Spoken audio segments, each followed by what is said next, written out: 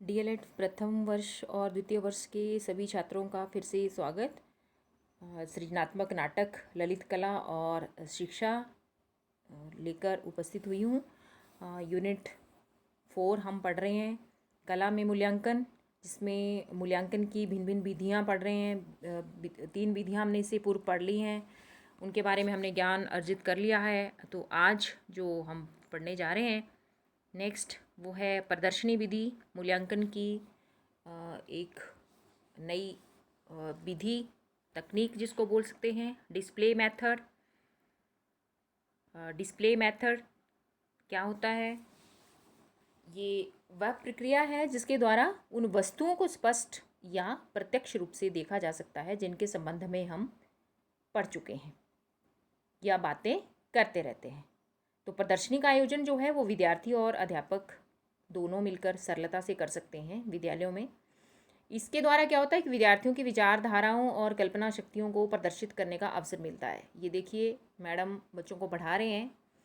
अब बच्चों का पूरा ध्यान मैडम की ओर है। मैडम जो पढ़ा रहे हैं साथ में बच्चों को चित्र के माध्यम से वो दिखा भी रहे हैं। वैसे ही हम जब कक्ष में जो भी बच्चों को पढ़ाते हैं वो एक्टिविटी करके अगर उनको पढ़ाते हैं तो उनकी परमानेंट मेमोरी में चला जाता है। बाद में वही एक्टिविटी उनको करने को दी जाती है, उनके द्वारा वही मॉडल बनवाए जाते हैं, तो उनका प्रदर्शन हम विद्यालय प्रांगण में लगा सकते हैं, जिससे उनको प्रोत्साहन मिलता है, प्रोत्साहित किया जा सकता है और अच्छे मॉडल वाले बच्चों को हम इनाम भी दे सकते हैं। प्रदर्शनी के प्रकार। प्रदर्शनी 4 प्रकार की होती है: सामान्य प्रदर्शनी, चलती फिरती प्रदर्शनी, स्कूल प्रदर्शनी, दृश्य श्रव्य प्रदर्शनी। इसका उद्देश्य क्या है? प्रदर्शनी लगाने का विद्यालय में क्या उद्देश्य है? आप देख रहे हैं जंगली जानवरों के कुछ स्टिकर सामने रखे हुए हैं। आप बच्चे को शेर के बारे में, बाघ के बारे में, हाथी के बारे में पढ़ा रहे हैं, लेकिन अगर उनको आप चित्र के माध्यम से सामने दिखा दें, आप बाघ तो बच्चों के सामने नहीं ला सकते, हाथी नहीं ला सकते जब पढ़ा रहे हैं। अगर आप स्टिकर के माध्यम से या चार्ट के माध्यम से बच्चों को दिखाएं तो बच्चों की परमानेंट मेमोरी में चला जाएगा कि शेर कैसा होता है, हाथी कैसा होता है, बाघ कैसा होता है और लोमड़ी कैसी होती है। तो दृश्य श्रव्य जो सामग्री है उसकी उपयोगिता से परिचित करवाना इसका मेन उद्देश्य रहता है। निरीक्षण परीक्षण की क्षमता का विकास करना मेन उद्देश्य रहता है। मौलिक या मूल विचारों को समझने की आसानी इसमें होती है। जो आपने पढ़ाया है उसके पीछे आपका मूल विचार क्या है उसको समझने में बच्चों को ईजी रहता है। सहयोग, कॉपरेशन की भावना, सहकारिता की भावना और संगठन की टीम भावना उनमें उत्पन्न होती है। रचनात्मक शक्ति, कल्पना शक्ति और प्रतियोगिता का विकास होता है, प्रतियोगिता शक्ति का विकास होता है, कंपटीशन की भावना जागृत होती है। प्रदर्शनी का आयोजन जो है अध्यापक और स्टूडेंट मिलकर दोनों ही बड़े आसानी से कर सकते हैं। बड़े कक्ष में एकत्रित करके विधिवत रूप से सारे मॉडल लगाए जाते हैं, या विद्यालय प्रांगण में सामियाना लगाकर, टेबल लगाकर विधिवत रूप से उनको मॉडल्स को रखा जाता है, जो भी एग्जीबिशन आपने लगाना हो। सामग्री जो है वो विषयानुकूल होती है। अगर आप साइंस एग्जीबिशन लगा रहे हैं तो साइंस से संबंधित आपके मॉडल होंगे, मैथ्स एग्जीबिशन लगा रहे हैं तो मैथ्स से संबंधित आपके मॉडल होंगे। जो भी आपका विषय रहेगा उसी के अनुकूल उसमें सामग्री रहती है। जैसे आप दिवाली या त्योहारों के बारे में बता रहे हैं, त्योहारों के स्टिकर, डिफरेंट टाइप के स्टिकर उसमें लगे होंगे, त्योहारों की जानकारी होगी। मान लो आप दिवाली के बारे में बता रहे हैं, बुद्ध जयंती के बारे में बता रहे हैं, ईद उल फितर के बारे में बता रहे हैं, या क्रिसमस के बारे में बता रहे हैं, तो उससे संबंधित जो है वो डिफरेंट स्टिकर्स होंगे, उसका विवरण उसमें रहेगा। और विद्यार्थी द्वारा जो भी वस्तु बनाई जाती है उसका विवरण फाइल के माध्यम से अपने पास रहता है उसका।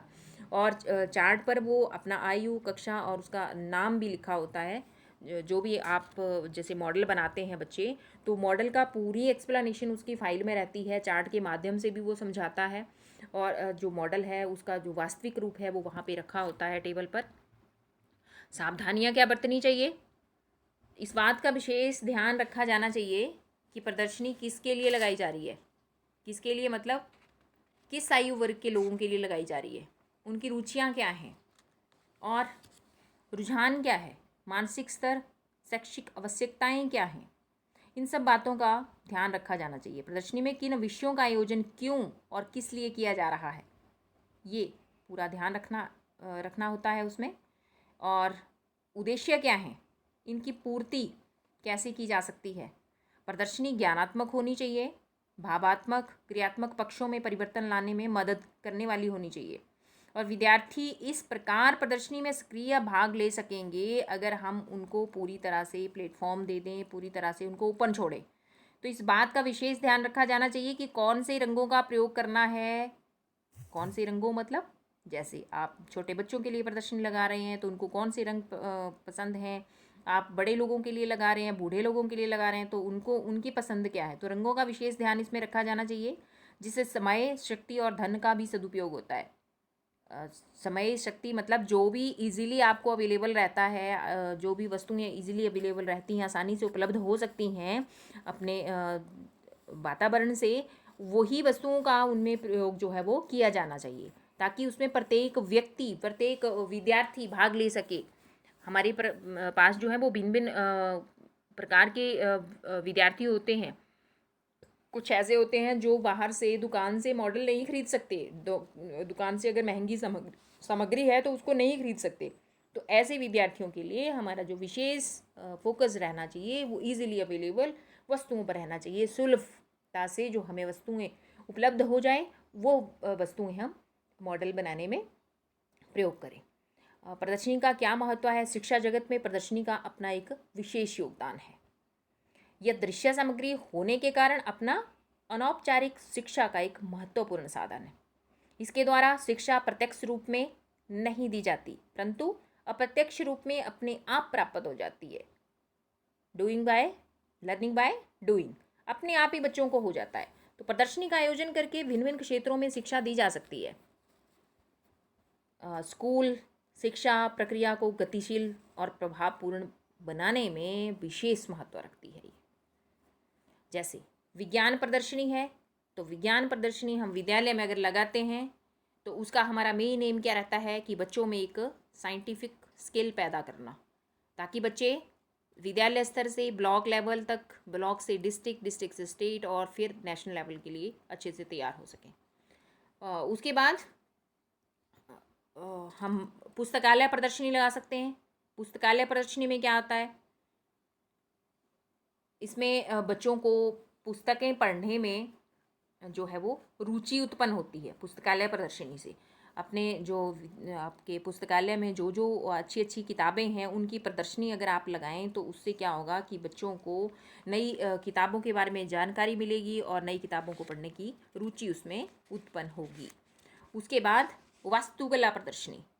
वास्तुकला प्रदर्शनी कार्यानुभव के अंतर्गत पाक कला है, जैसे कास्ट कला, मूर्ति कला, गत्तों से खिलौने, फिर जल्द साजी जैसे गत्ते बांधते हैं हम, फिर फूलदार पौधे हैं, सजावटी पौधे, सुगंधित पौधे, ये सारे तैयार करके प्रदर्शनी का आयोजन किया जाए ताकि बालकों में घर की सजावट, सुगंधित सजावटी पौधे और सब्जियां उगाने की भावना जो है वो जागृत हो।